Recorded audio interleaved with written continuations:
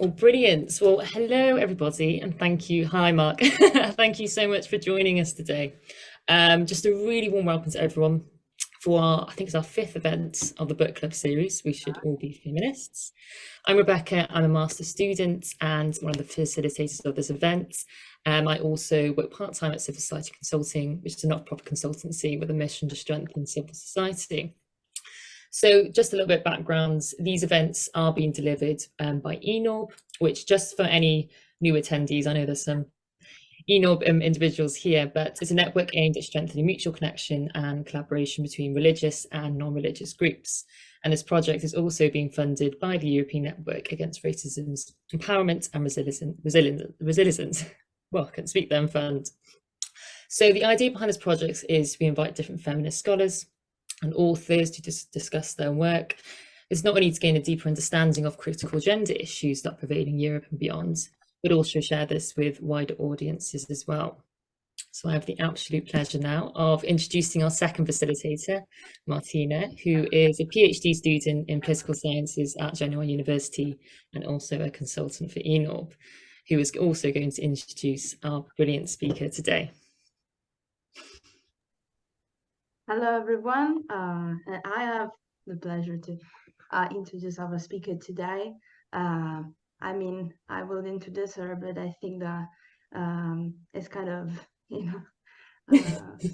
you may know her actually, but anyway, Ruby is an author and academic with a background in journalism.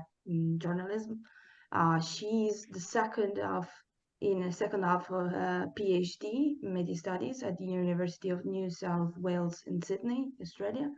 And her best book, and the book that we were talking about today, is White Tears, Brown Scars. And the focus of today's discussion traces the powerful role that white womanhood and feminism have played in the development of Western power structures. And the non-fiction book was inspired by a viral 2018 essay that we put in chat, and which was published by in Guardian Australia and became a global flashpoint for a discussion of race and gender.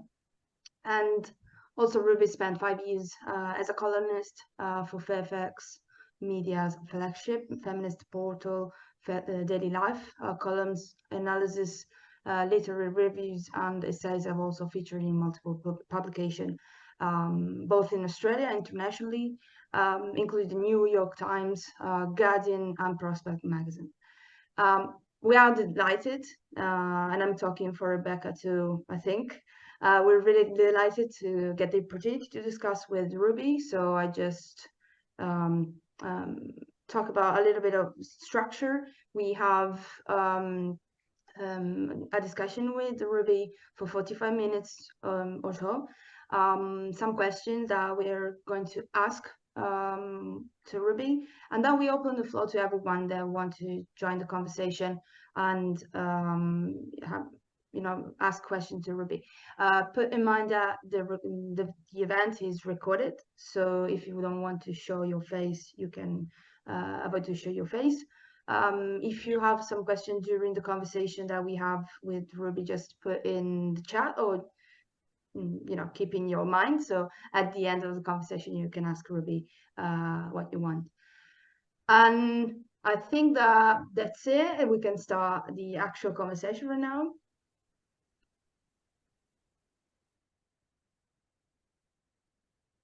I wasn't on mute then.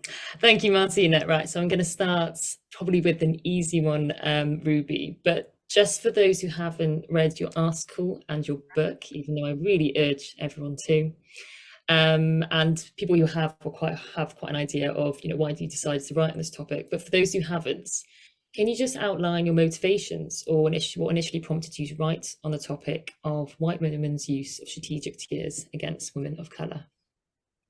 Yeah, so the book came out of the article, and that article came out of me piecing together some experiences and observations, and in terms of my experiences that with white female colleagues and friends, and these experiences were happening in quick succession at one point in time, like shortly before kind of in the year leading up to writing that essay in 2018. And I was sort of very quickly cast in this role of being aggressive and being irrational or bullying or unreasonable, even when there were instances where I was very clearly the person who'd been wronged. Or I was just expressing myself, or standing up for myself. And, I recall asking myself, what is going on? Like, the common denominator here is, well, me, but also the fact that this is all happening with white women, and the way in which they're dealing or responding to this tension or to this conflict is to kind of almost infantilize themselves and at the same time demonize me. And even when I'm trying to say, well, this happened and this is how I feel about it, the conversation would always sort of turn to her emotions. And it was odd because, like I said, it wasn't just one or two. It was, a boss at work, it was a friend, it was someone online. I'm like, this is quite strange. Like it's quite odd to me that someone who's my boss is presenting herself, and I'm a columnist, well, I'm, kind of presenting herself as being victimized by me. Like, it's weird because I'm talking about my status within this organization. So that's kind of what set me off to unpack it. And, then I sort of started observing like interactions online between other people, not to do with me. And it sort of followed this similar pattern of no matter what the woman of color was saying, it was always the emotions of the white women was centered. And I just thought, this is something that needs to be unpacked a lot more. And this idea of like the tears, they can be literal tears or not literal tears. I call this concept strategic white womanhood, and I'll get into that a little bit later. But it's just this idea of leaning into this, or leading into the idea that there's something special and different about white women's distress. And when a white woman is distressed in certain situations, then it's paramount that everyone around her has to appease that distress. Thank you so much. I'm really interested in the strategic tiers that you were talking about, and I think we will have the chance to talk about that later. But I'd like to go a little bit backwards. I mean, in the first part of your book, you're talking about the fact that the race is an imposition, not a biologically reality, and as such, who is white and who is not simple as it was. Once was. So can you unpick this for our audience a little bit more? Yeah, so I think there's two elements to that. So first is that, so we use the term to loosely refer to skin color, right? But there's more to being white than the skin. Like, they would have said that right, at the beginnings of colonization or at the peak of the British Empire, that there was more to being white and British than just the color of the skin, right? It's a whole cultural thing. But these days, what I'd say is that white is sort of a divider between who has a certain acceptable status and who doesn't, or who's considered the other. And so the closer you are to the physical and cultural characteristics that we associate with primarily Western Europe as a whole, but primarily Western Europe, sort of the more white, the more acceptable that you are. But of course, centuries of assimilation, of race mixing, and including forced race mixing, in the slavery context, has made these terms murkier than ever. And so, when I say that race is an imposition, I mean the concept of race as a marker of who's inferior and who's superior in their status was initially created to justify existing practices and oppressions. And then over time, they came to be seen as sort of biological, by which I mean like the beginning with the colonization of the Americas, followed shortly after by Atlantic slavery. So those two key historical events, or beginnings of events, came before the construction of a racial hierarchy, and race was then used to kind of justify them. So with slavery in particular, it already existed. So when the Europeans landed in Africa to sort of take part in it, there was already several slave trades going, but they weren't based on race. And that doesn't mean they're okay, but they just weren't based on race. And it wasn't seen as something that you inherited from your parents, right? It wasn't like it was in the Atlantic context. That's what sort of one of the things that differentiates Atlantic slavery from pre-Atlantic slavery, which is this idea that you would pass it on inherently to your children, and then it just became a sign of being Black, being African meant that you're slave. So that became this sort of biological status. And so that's when I say that it's something that's been imposed on us. And because it's been imposed, because it was constructed in that way, it can be quite fluid. So, there is certain instances where someone who's presenting it more as white can be accepted as white or almost white in other contexts they can't be. And that's something I see as an Arab person a lot. That there's almost a degree of acceptability, but it's still not quite, it's still not quite fully, you're not fully white, but there are certain aspects that will let you in a little bit closer. And why do you... sorry, Martina. Oh, sorry.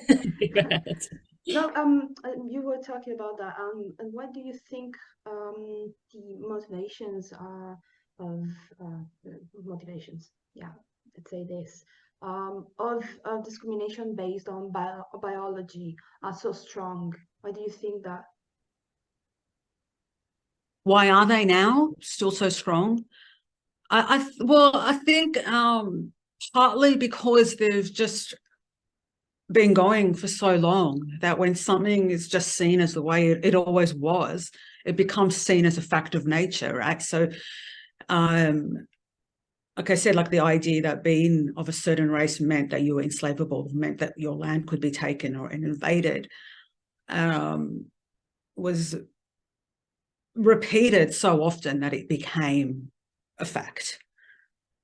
And I mean, and I don't know how much, a lot of people will say a lot of it is because of, going back to our evolution and being tribal and this and the other. But, there's always been conflicts. There's always been ways in which some humans were oppressed and others, oppressed them and others elevated themselves. I don't think, what I know, like it's never been based on sort of this idea of racial biology in this way before. And I think that makes it harder to eradicate when it becomes to be seen as part of your very nature, is that you are to be subordinated, you are lesser. Well, that makes sense. And you mentioned a lot of times in different areas, what we dissimulate, what we find it hard to see as fact, just because we think it's fact, because it's been so repeated and over time, and that's when it becomes stronger, especially in discourses, which I know you love. Yeah, all day. And I mean, this is just this idea of, because I talk about archetypes, and we can get that into a moment, but that's what this book is about. It's about how white people in colonial times presented and represented themselves versus how they presented and represented others, and then it's these representations that came to be seen as real and the actual reality, rather than actually looking at what's in front of you, looking at these archetypes and representations. Yeah, how hard it is to distinguish between them. So bringing it back to your book, what I was really not shocked by, but I was expecting a lot of contemporary examples, like the ones in The Guardian, there's Jean Becker as well, which you do include so much of. But I was really taken aback by your such deep historical analysis as well, which I just thought was fantastic. It was like things everyone has to go and read it. But it was just things you look from a different viewpoint, or it's just been absolutely hidden.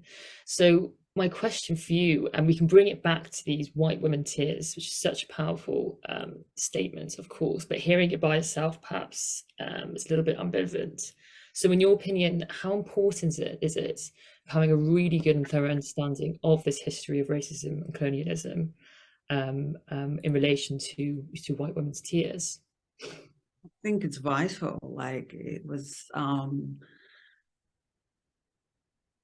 you know, I didn't articulate this even to myself at the time when I was writing it. And even, you know, speaking of discourse, like, I look back now and I look at my book now as a kind of what Michel Foucault would call the history of the present, right? Which is to go back and look at history, not as like a traditional historian does, which is to try to see something new or different, or look at history in a different light, but to actually look at history as a way to see the present in a different light, to understand our present more, of why we're here.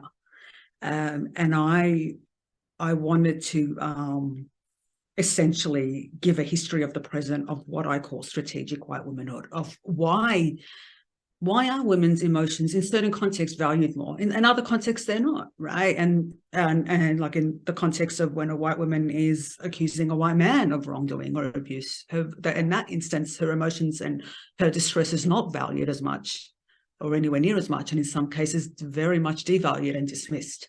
But then in other cases, whereas particularly when race becomes a factor, it is highly valued. Why is that? Well, we need to look at the history of that. How was white women's emotions used? How was it instrumentalized, and why? And was it always genuine emotion, or was it just what we call patriarchal power structures were actually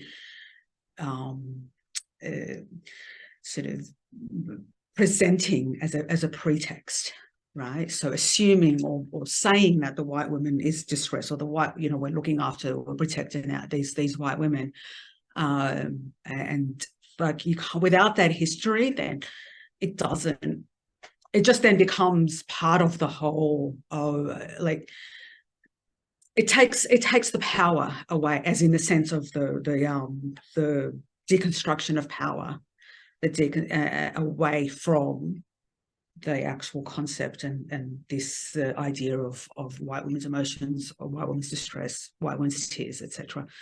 And then it just becomes, it's just too easy to look at it, to have it dismissed, or to be dismissed, or for people to misunderstand it as just, you're having a go at white women, you just don't like white people, you know, that sort of rather than look at it. This is actually kind of an echo of centuries and centuries of instrumentalization and of power and dominance.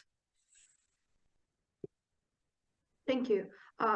Just one question before, you know, going into the topic of this called white tears.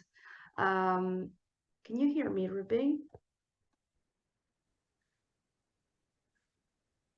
Can you hear me? Yeah. Okay. Are you there? Yeah. I'm just going to ask you to repeat that. Sorry. Oh, no worries, no worries. No, I was saying just before going to the theme of you know, the title of your book, White Tears. I just have a question about history that you're talking about. So a different, let's say, view on history. So we are kind of used to read the history in a way, and you propose another kind of reading of the history. So also to include other facts, other factors, the power structures in the study and the learning of history. And this is a question about like, I ask myself a lot of times, actually. So how can we propose, how can we make not everyone, almost everyone, aware of other factors in history? I mean, to reach people efficiently with another perspective on history, and not just the history that they have in the schools, for example. I think that's really, really difficult to as aim, as objective. But do you have any ideas about that? of how we sort of reach people to get them interested in history, or to not only, also like to present. Yeah, like, I mean, to reach people and to make people aware that the history that they learn at school is not the entire history, but there are also like other factors, other perspectives, other power structure, and so on. I mean, your book is one of the instruments, I know, but I was wondering if, you know, you have ideas on that. I don't know. Like, I think there's a more awareness now of the limitations of traditional Western education, in terms of that it was always quite favourable to the West, funnily enough. And I think we are seeing more people sort of looking outside of that, and plus just we are seeing more people that have traditionally been excluded that are more visible in the academy, more visible in media, more visible as authors. But I still think that this, regardless of which history they're learning, like, there's still a lack, as you know, in general, a lack of, I think, of real understanding of just how much history is still with us. That it's not just that happened then. And that's when I wrote the book the way that I wrote it. It's like, this has been like, there's been definite steps, like, we're here because, that history has led us here, and we can't understand our environment. We can't understand the context in which we live right now, and how we interact with each other, and why we interact with each other, and why we a lot of people don't like the term unconscious bias, but I still think it exists, because why we sort of implicitly gravitate to certain people and not to others, and without that knowledge, then we're not going to have an understanding really of the depth of what we're actually dealing with. So yeah, I think I don't know, to be honest, I can just sort of try to write my own work in a way that makes the past accessible and dynamic. And that's why I sort of would weave, I didn't want to just write, well, I'm going to write all the history and then the present. And like, even though the first half of the book did deal with a lot of the history, I did weave in as many contemporary examples as I could, so I could make that link directly. It's like, well, that's that 100 years ago, and now look at this. Look, see that the way that it mirrors, like, it's not an accident, and it just shows that the history is not just in the past. And I had a good response to that, to people, letting me know how, and in terms of how the book's been received critically as well, in terms of how I used and approached the history. So I don't know, that's all I can say, is that's how I do it. But yeah, I'd like to see more sort of appreciation just for how vital it is to know that history, so that we can understand ourselves today. So another reminder for anyone who hasn't read your book, just read it. Like, at the end of this conversation, just read it. And so, as promised, let's talk about those white years. Okay, so maybe not everyone in the room has read your book. So can you explain a little bit what are white years and why they're so powerful?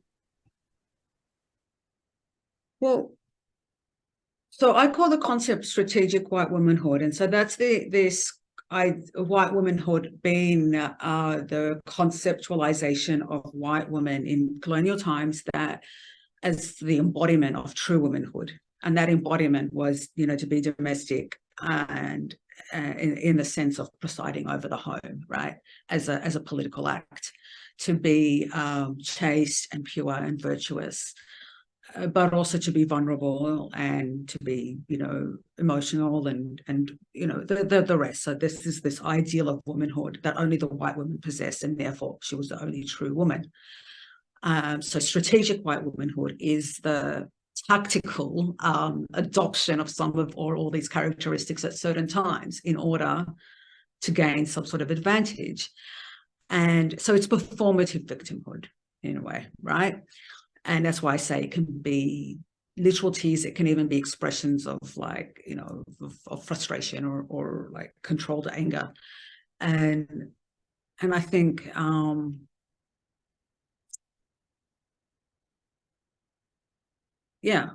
think is that I've lost track of the question. I'm sorry. So that is what it is. So it's a strategic performance of victimhood to gain an advantage that taps into this history of white women as the true woman, and part of that being you know, helpless in a way, but you know, innocent, always innocent, and always needing to be saved and needing to be protected.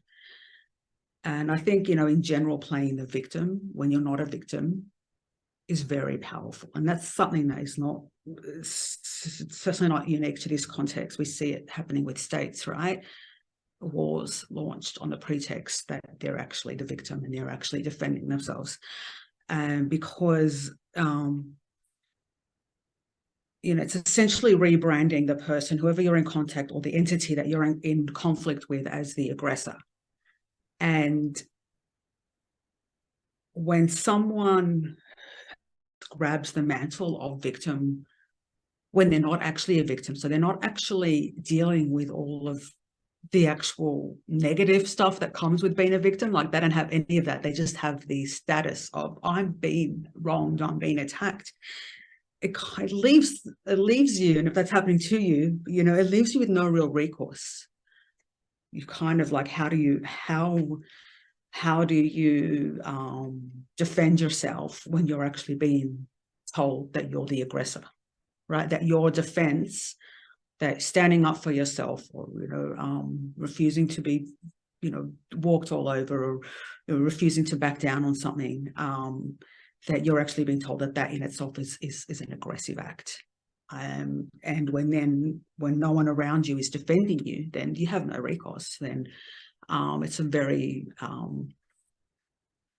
effective way of subduing a problem or a person. And yeah, I'm digressing, but no, at all. It was kind of leading on to us. That's essentially what it is, playing the victim when one is not necessarily a victim. But then, because of the history of white womanhood and white colonialism, it becomes very powerful way. Mm-hmm. And how has it become such a fallback, such an easy fallback? And secondly, onto this, do you think white women know that they're doing it? I mean, you can't. Yeah, well, that's right. Yeah, 100%. Look, I think there's going to be instances where maybe it's more unconscious. I think these days less likely, just because it's talked about so much more. But I call it strategic white womanhood for a reason, because it's a strategy that's adopted, and I see it like. You know, that instance, the first thing that comes to mind is that incident in the park, the dog park, right, between a white woman and a black man. And I know both their surnames were Cooper, but they're not related, and I can't remember their first names.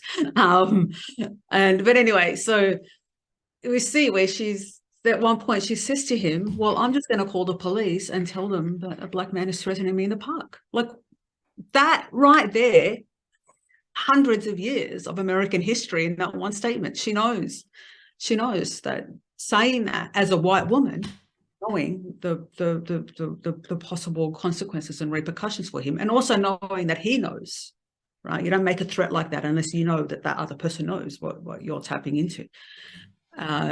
So yeah, absolutely. You know, are there going to be instances where a woman sort of folds into her emotions without quite 100% like being sort of 100% sort of tactical about it? I'm sure there is, but I have also more often than not seen it play out as quite calculated, because it works. And it's good to see it that way, because if we think it's completely unconscious, that then feeds into, well, I'm innocent, isn't it? Completely innocent. And it's yeah, it's annoying how easy it is to get into that. That's what, yeah. You know, and I want to stress, and I emphasize this in my book as well, like the onus is so much on the people around, like who is this being, if it's performative victimhood, who's it being performed for? Because it's how it's received that makes it powerful, and then it makes it work. If it doesn't work, you know, if people aren't rushing to the defense of that particular person, then that performance is not working. And that's why it doesn't work for most non-white women, right? Sometimes it does, like depending on, again, the context they present visually. But more often than not, it's not going to work because it doesn't have that same effect on bystanders, because it doesn't have the same, or onlookers, and it doesn't have that same history attached to it. Mm-hmm.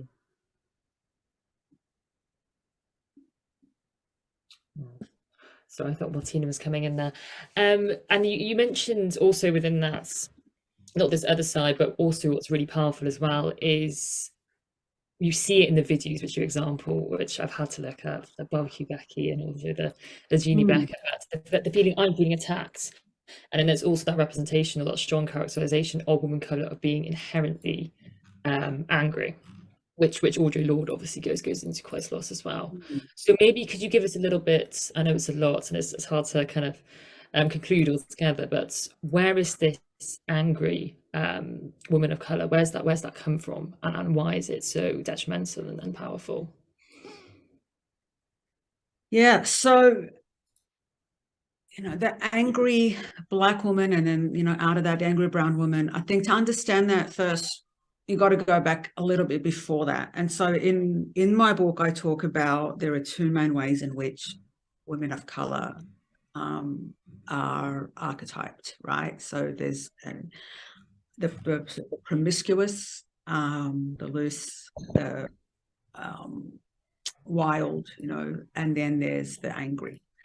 And in my book, I tie this to the stages in colonialism. So you have the early stages, like the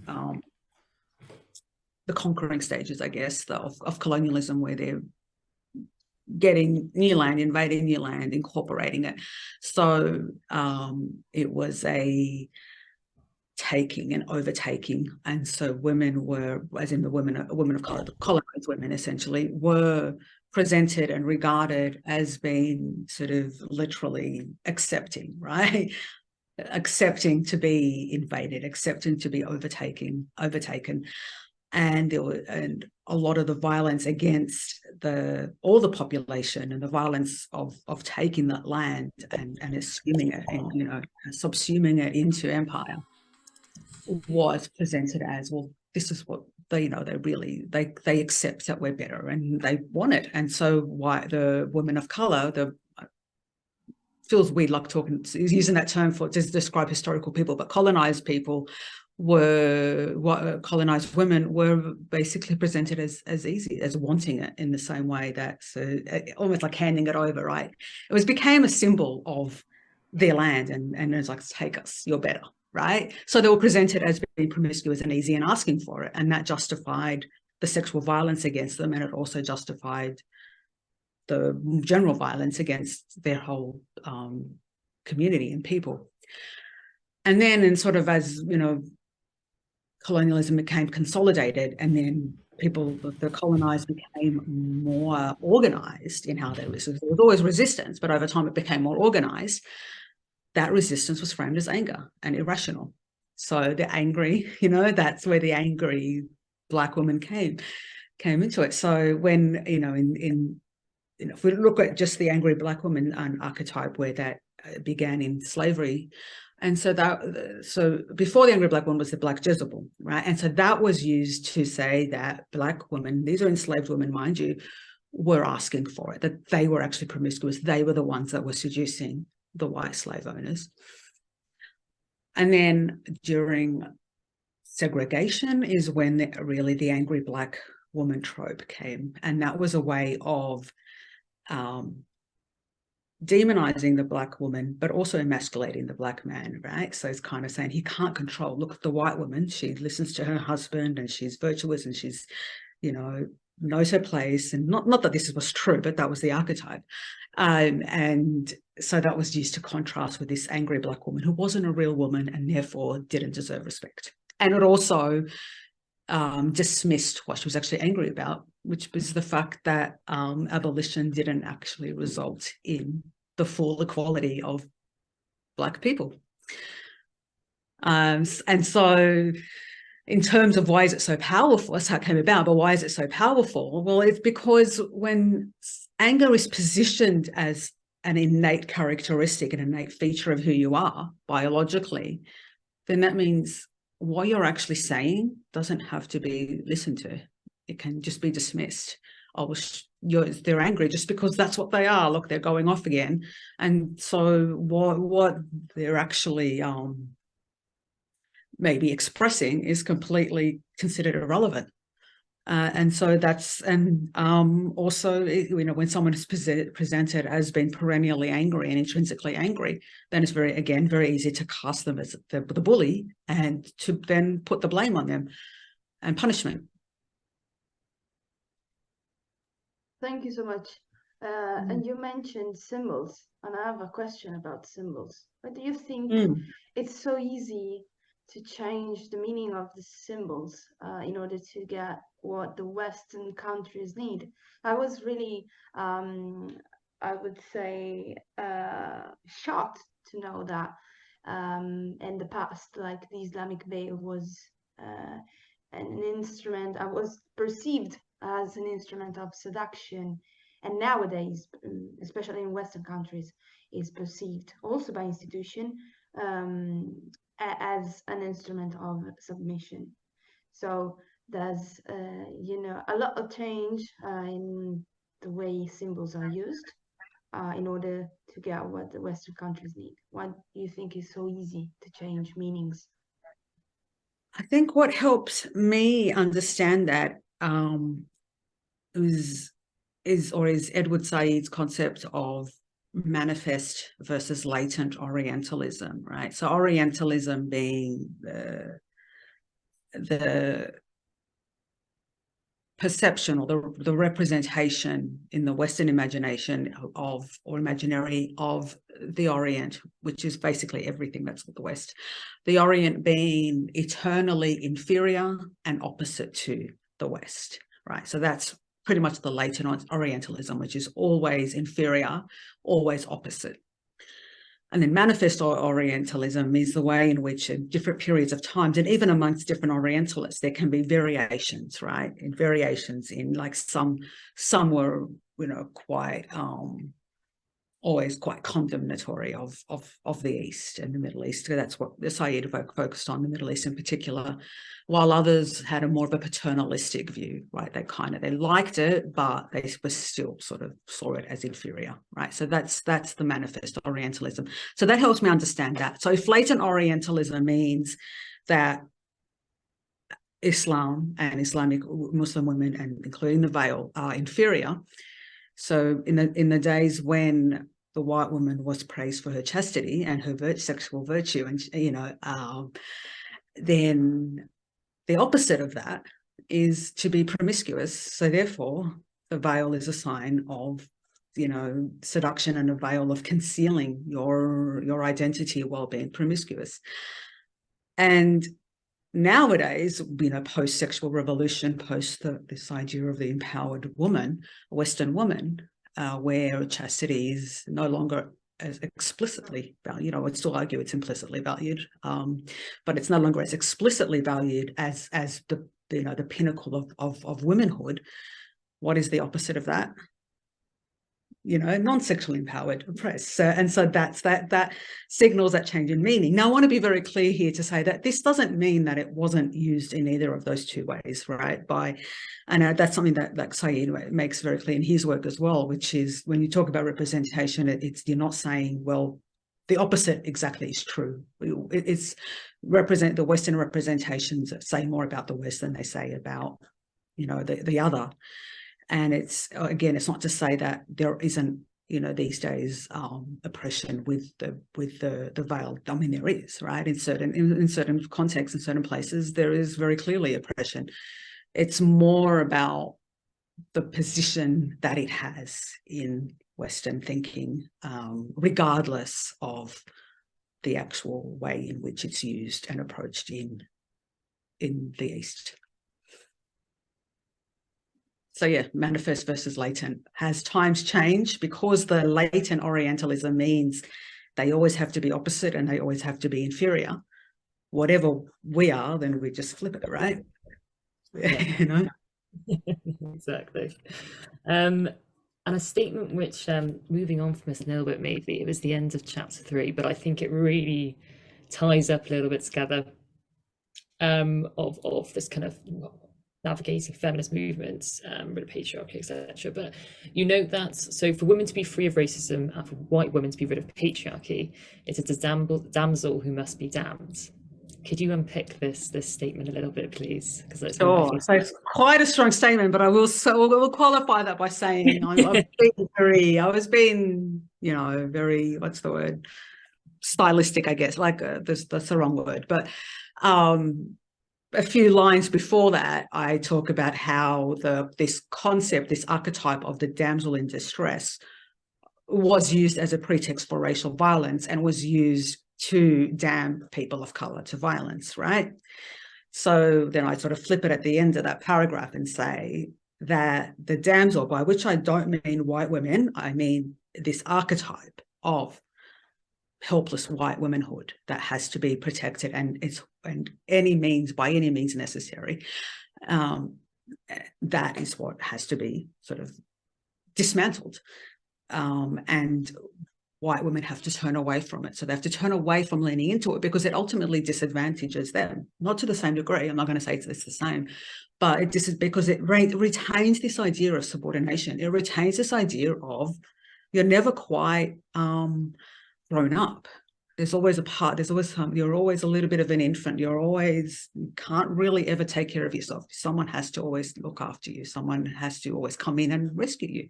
Because that's essentially what this performative victimhood is doing. It's waiting for someone to say, hey, stop doing that to her. You're bullying her, you're hurting her, you're attacking her. Shame on you. Stop it. And you can talk to women of color. We all have a story, at least one. Well, many stories of that exact thing. And it's kind of like, I wasn't doing anything. Like, what's going on? Like, she was like coming after me. Like, it's so bizarre. It's like, it's such a head spin. And when it would happen and you didn't really we didn't have this framework then. This is it's hard sometimes even for me to remember how new this framework way of looking at this dynamic actually is. And so you would sort of just accept, maybe I was like harsh in how I said it, or what is it about me, etc., etc. You go through all of this stuff. And yeah, that's why I say that it's this idea of what we call patriarchy in the Western context is very much tied to this idea of white womanhood being something that is in need of protection, and which also justifies violence. But so the flip side of that, or the outcome of that, is that it gives white women a sort of a measure of power, and it can certainly allow them to get the upper hand in particular and specific conflicts, but ultimately retains the general societal perception of womanhood as being lesser than and not being fully adult, not being fully capable of independence. It's subordinating, basically. It's gender subordinating. That's brilliant. I think that might be a nice final question from us to stop speaking now and open it up to everybody else. And thank you so much, guys, for putting in questions in the chat. I'm just looking through now. There's one from Laura. Laura, I didn't know if you wanted to say it or for me to read out in the chat. Please read it out. Okay, awesome.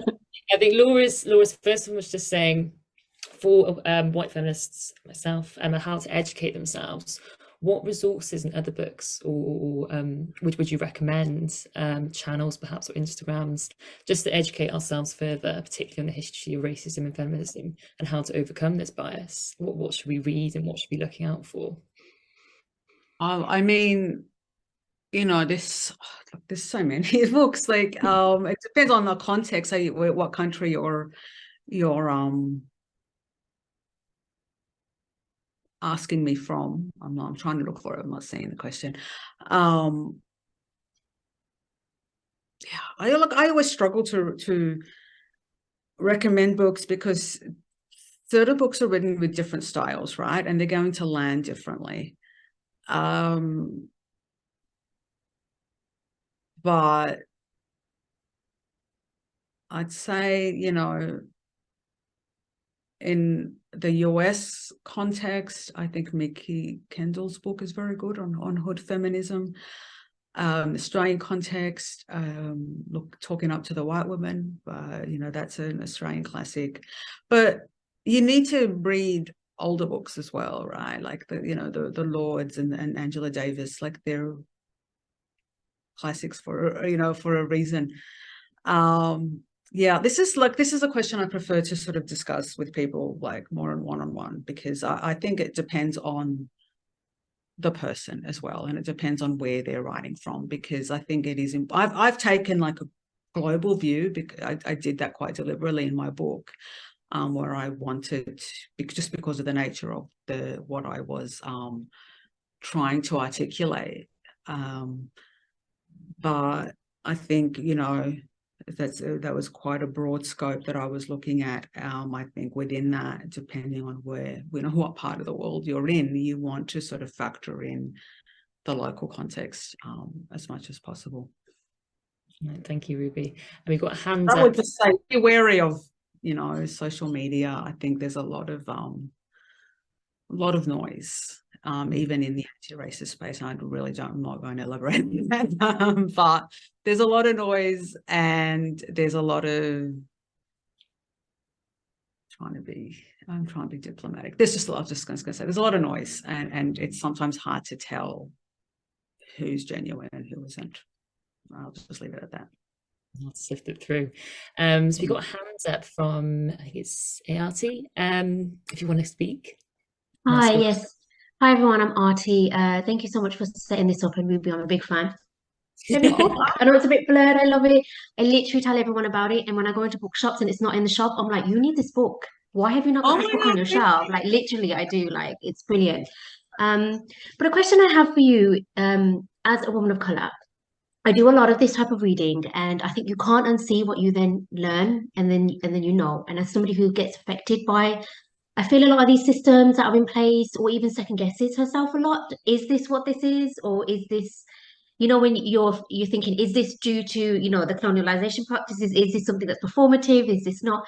How do you look after yourself in that space? Because sometimes I can find it really exhausting, that mental process to go through, and even just to second guess myself in a lot of those spaces as well. How do you keep that energy going for, you know, this fight? Because I'm definitely on board with trying to break down a lot of these systems, trying to make people aware of a lot of these systems. But as you know, as you very much know more than me, it's quite an exhausting process. So what do you do for self-care? How do you keep your energy up? I'm not going to lie, it's taken a lot out of me, and I don't write as much in media. I barely write media at all anymore, and I don't even know, I wouldn't even consider myself still being in that fight, you know, like I'm happy to talk about my book and my work, but I'm not really in the trenches of it anymore, because it's hard. And I also feel, well, I've said what I had to say about this topic. I don't want to be milking it, you know, by just sort of rehashing it. I'm obviously not, like, I'm happy to talk about the book, but in terms of writing new things and rehashing the same, unless I have something really, you know, a new insight into the topic. But that's actually something, you know, I've started meditating to try to sort of get a handle on all of the the stress and anxiety that's come out of it. And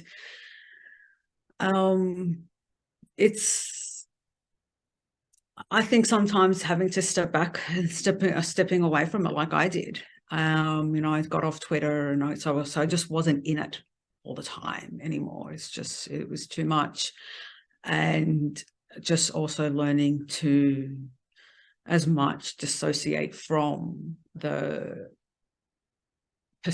opinions on it, right? It's kind of like that's they can be angry, that's there, like they haven't at the time, they haven't read the book, they're just kind of making assumptions on what it's about. Just assuming that it's an attack, just carte blanche on white women, and not actually sort of a historical study. But yeah, I would say that you kind of have to pace yourself, as the best way that I can put it is pace yourself. And it's taken me a long time to realize that your health is actually, I got really sick, right? Like really sick shortly after the book came out.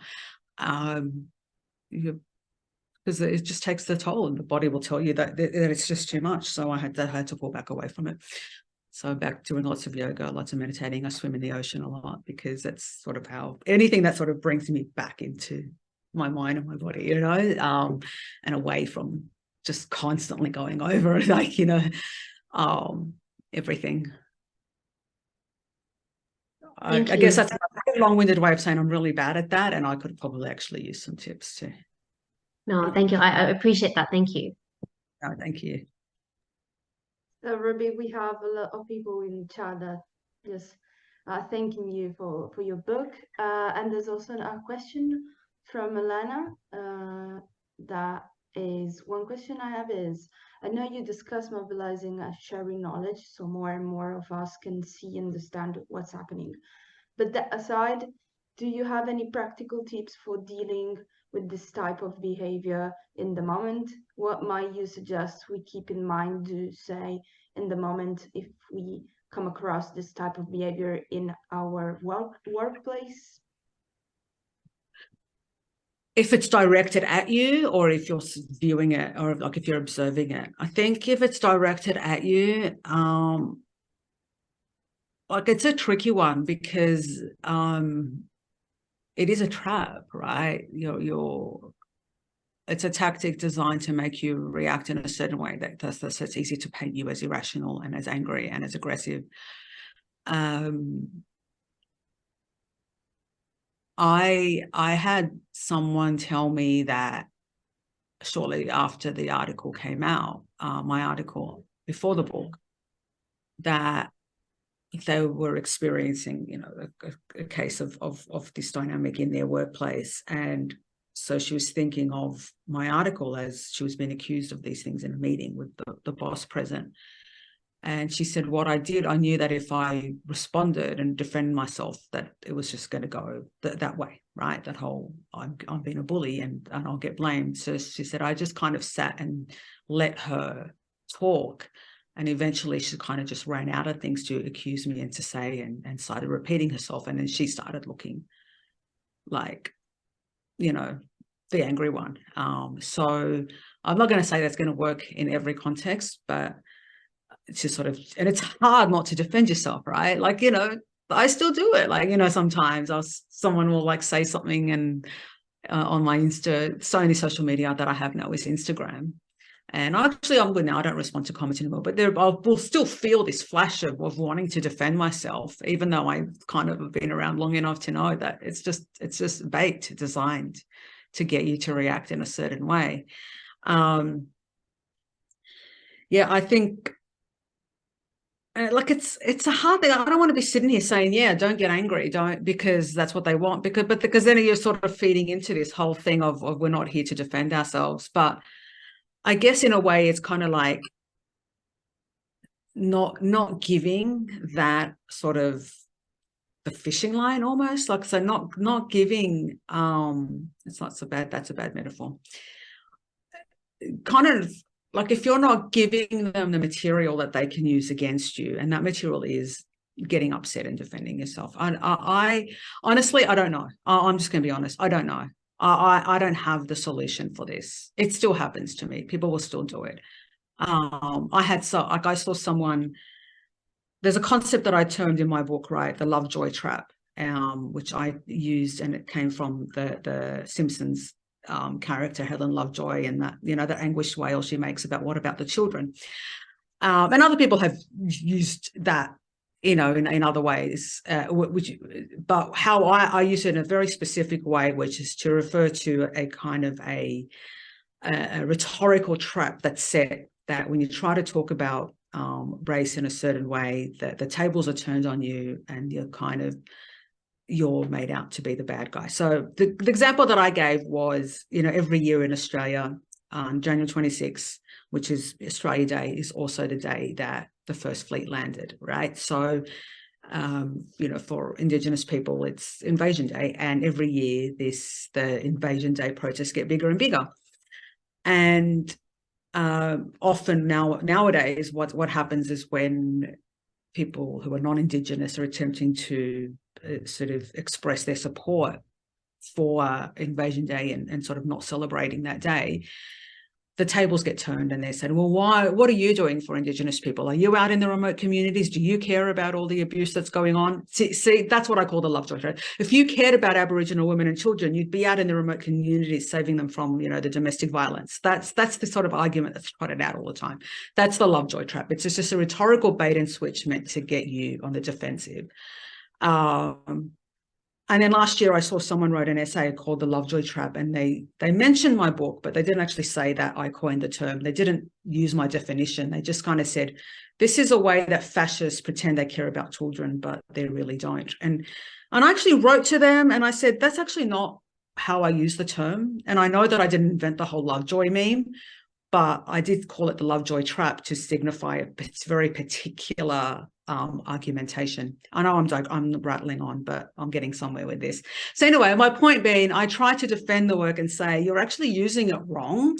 Like, can you just not? And they wouldn't budge. Like, they've decided that they understood, and it's still, their essay is still up. And they define it as fascism dressed as care. And I'm like, that's got nothing to do with what I was saying. Like, so, but my point has been, it still happens. Like, I still get disrespected. And also it was a white author who wrote this. So in a book written by a brown woman about how white women exploit the work and exploit women of color, she was like exploiting my work. Like, it was so bizarre. And I wasn't able to get a satisfactory outcome out of that. Like, they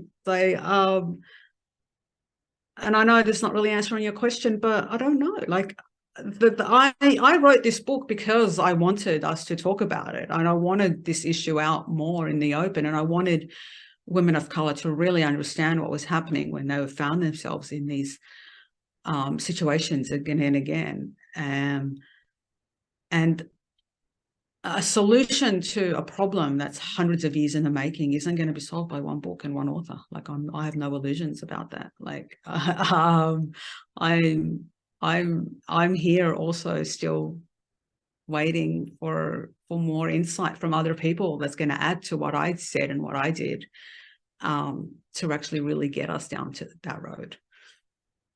I know that's not the most helpful answer, but that's just the reality of where I'm at. Like, it still happens to me, even writing that book. You know, I'm still not above being treated in that way and not being able to find recourse.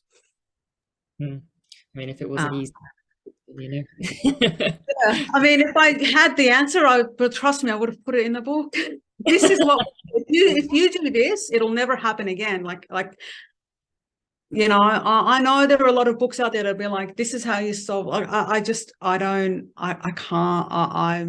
don't think it's that easy. I don't think one person can have all of the answers, and this is something that is really needs to take a lot of introspection from all of us. Mm-hmm. And that's a really nice end note as well, and especially from all of us, you know, not just placed on those you know, as actually mentioned the hurts on. So I think I think that's time. I think that's as many questions as we can do. And Ruby's really kindly joined Can I us. just come in with a question, Rebecca? Yeah, it's fine. Yeah, I'm happy to stay a bit over. I guess you're sort of in the evening where you are you, Ruby? Yeah, it's 9 p.m. now in Sydney. Okay. Yeah, I'm just Mark. I'm the part-time director of the European Network on Religion and Belief, and I'm also the director of civil society consulting in the UK. I was just concerned, and because we do a lot of work around some of these issues, that you feel that you've had to withdraw, in a sense, and I hear that about your own well-being, the ability to cope because of the abuse, because of what happens when you step outside of the paradigm, really. And I was just reading this last night. I don't know if you've seen or heard of this book, The West. It's a really fantastic book. And one of the characters in the book is Njinga, who was the queen in Angola. And she stands up to the Portuguese in the 17th century. And she is angry. And so it's a really good chapter in the book about Njinga and the importance of anger and the importance of standing up against that, that kind of force of patriarchy and misogyny that kind of underpin colonialism. And I think for me, I'm quite a fan of Melanie Klein, the psychotherapist who looked at, did people transition from paranoid schizoid to the depressive position? And a lot of people, and the paranoid schizoid position is that the first position is very narcissistic. It's all about me. It's all about my needs. And the way that obviously a lot of white people and white nations went to everywhere in the world and did horrendous things, time and time again. And I think keeping that anger against that what happened is really important. And I appreciate as a man, sometimes that's a little bit easier. I'm because, I can be a bit more of a street fighter. I'm an older white man and you can sort of be a bit more punchy. But I mean, we've got this debate in the UK at the moment around the fact that lots of people are leaving Black countries in Africa. But that what isn't presented is all the other things that underlie that. Yeah, we have this all the time. Italy went to Ethiopia and Eritrea and killed, lots of people. Actually, the British went everywhere killing people, as you know, and we didn't come invited. But that's not in the narrative. And anybody that questions that narrative or even puts that in is then frightened out. So I'm really sorry, it's a bit of a long-winded way of saying, how do we create the confidence and the strength to support people to have voice and not be frightened out by, the Twitter sort of nightmare and the bullying that can go on in the context of that. So I really hope that we can do that through our work, and that's what we're looking to do over here, Ruby. So I hope you do, you don't feel that you can't, come back from that. These are all things that I'm hoping to discuss in my next book, and sort of tapping it a little bit into sort of some of the fallout and the backlash that I got in this book. And what was surprising to me was so much of the backlash came from progressives in Australia, and not all white either. And there was a lot of I think we're at a really critical time, with progressiveness or progressivism, and we're becoming very unaccepting of dissent within our ranks. I'm trying to be diplomatic. So there's one acceptable progressive position. And if you don't, as you said, if you don't have that, and we've been used to getting this with the tussles between the left and the right now, but now it's really strong within the left. And if you don't have that acceptable position, if you digress even a little bit, well, then you're practically right wing. And so I don't know how we think that we can reach the other side if we're treating each other in that way. And so for me, the way in which what I dealt with, and this all just happened in Australia, by the way. I've been from the UK and the US. I've had nothing but amazing support. But within Australia, well, without going into detail, a lot of the way in which that I was treated following this book was quite horrendous by people that I actually expected would support me and needed to support me because of the nature of what I just written, right? Like, and when that support didn't come, it was quite brutal. And so I think there's just a lot of almost like there's power struggles, there's personality struggles, there's kind of jostling. And I think it's particularly pronounced in Australia just because we're so small, right? It's this really sense of an idea. I think there was a lot of, there was this kind of idea of, well, if her book is this amazing success and she writes it, is there room for me? What can I achieve if she's got that space, right? Because Australia's so small. So, but again, I'm digressing. So yeah, my point is that we're at a really critical time in the lab, and we really need to figure out a way to be more gentle with each other. Like, because if we're so ruthless, if we're this ruthless with people that we broadly agree with, even though we might have, minor disagreements in certain issues that we should do it this way or that way, well, what about this? How are we meant to change anything in this broader context where we strongly disagree with what's out there? And again, like it's, that's why I started meditating. Like, I don't want to be all woo-woo about it, but I was kind of like, we all really do need to change. And as much, and that's one of the things I want to tackle with my next book, as much as we talk about the system, and of course that's what my book is all about. This is the history of the system. This is how we got here. We can't lose sight of the fact that the system is made up of individuals. And yes, these individuals within it have different degrees of power and different degrees of ability to exert their agency. Absolutely. But one person can do a lot of damage, right? One person can do so much damage in the sense of like ideology and setting and, getting progressive, what's the word, like sort of positioning, progressive positioning and being, I'm trying to say this without saying any names or any hints,